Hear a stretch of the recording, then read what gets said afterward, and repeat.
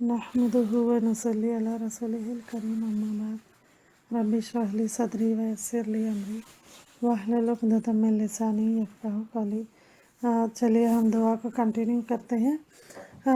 سورہ آل عمران آیت نمبر 16 میں آگے پھر اللہ تعالیٰ نے اہل ایمان کو یہ نصیحت فرمائی کہ اگر تم خیر کا راستہ چاہتے ہو، ان 6 چیزوں سے بہتر اور افضل چیز چاہتے ہو، تو پھر اس کا ایک طریقہ بھی ہے کہ تمہارے دلوں سے ان چیزوں کی محبت جو ہے وہ نکل جائے، اس کی جگہ پہ اللہ اور اللہ کے رسول کی محبت آ جائے۔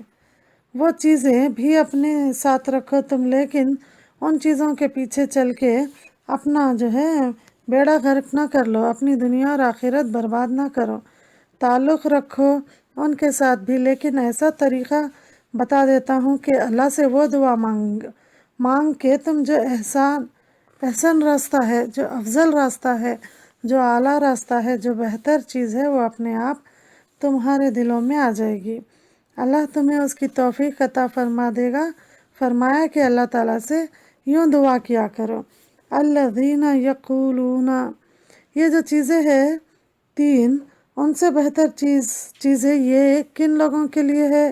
یہ ان لوگوں کے لیے ہے یقولون، جو یہ کہتے ہیں، جو یوں دعا کرتے ہیں اللہ سے، ربنا اننا آمنا، اے ہمارے رب بے شک ہم ایمان لائے ہم، فاغفر لنا ذنوبنا، ہمارے گناہ معاف فرما دے، وقنا عذاب النار، اور ہمیں آگ کے عذاب سے بچا لے۔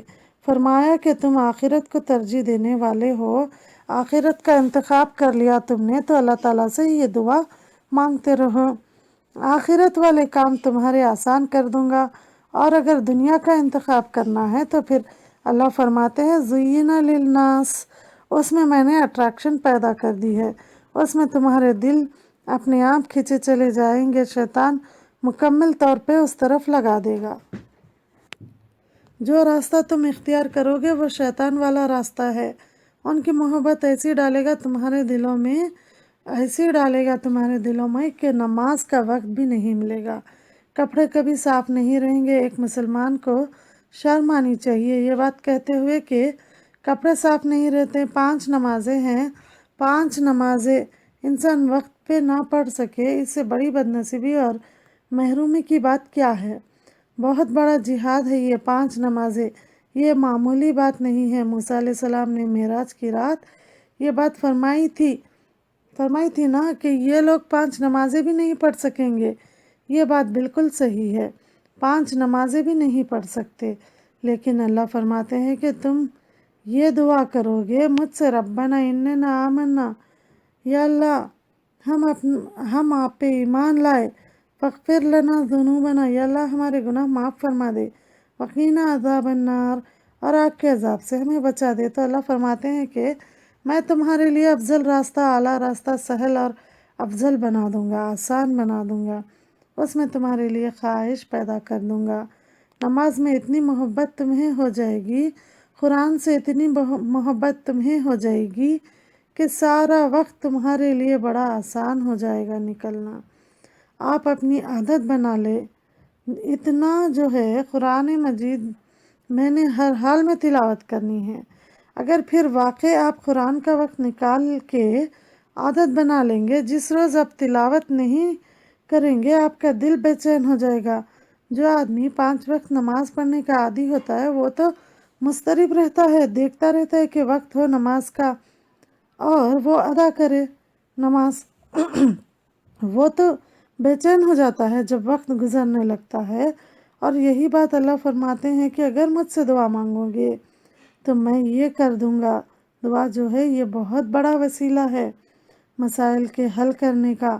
حالانکہ دیکھا جائے دنیا کے جو اسباب ہے وہ تو اللہ تعالیٰ نے ہمارے لیے بنائے ہیں، وہ تو اللہ تعالیٰ نے ہمارے امتحان کے لیے رکھے ہیں، ورنہ اصل امر، اصل حکم تو اللہ کی ذات کا ہے۔ ہر معاملے میں ہمارے جتنے بھی معاملات ہیں، جتنے بھی مسائل ہیں، وہ سارے تو اللہ کے امر سے ہے، اور اللہ سے مانگیں گے تو اللہ حل کریں گے۔ اللہ تو اس آدمی سے ناراض ہوتے ہیں جو آدمی ان سے نہ مانگے۔ تو یہ دعا کن کی ہے؟ یہ دعا آخرت کی فکر جو کرتے ہیں اور جو دنیا میں کھو کر نہیں رہتے وہ لوگ یہ دعا مانگتے ہیں۔ تو دیکھیں اس دعا کی کتنی بڑی فضیلت ہے، ہمیں بھی یہ دعا ہمیشہ مانگتے رہنی چاہیے۔ جن کی آخرت کو سنوارنا ہے، جن کو جو ہے دنیا اور دین کو لے کر چلنا ہے، تو اللہ سے مدد مانگنا ہے، شیطان سے بچنا ہے، یہ دعا اللہ سے کرتے رہنا چاہیے۔ اللہ ہمارے لیے جو ہے اس پر عمل کرنا، اس کو اپنی دعاؤں کا حصہ بنانا ہم سب کے لیے آسان بنائے۔ آمین۔ الحمدللہ رب العالمین۔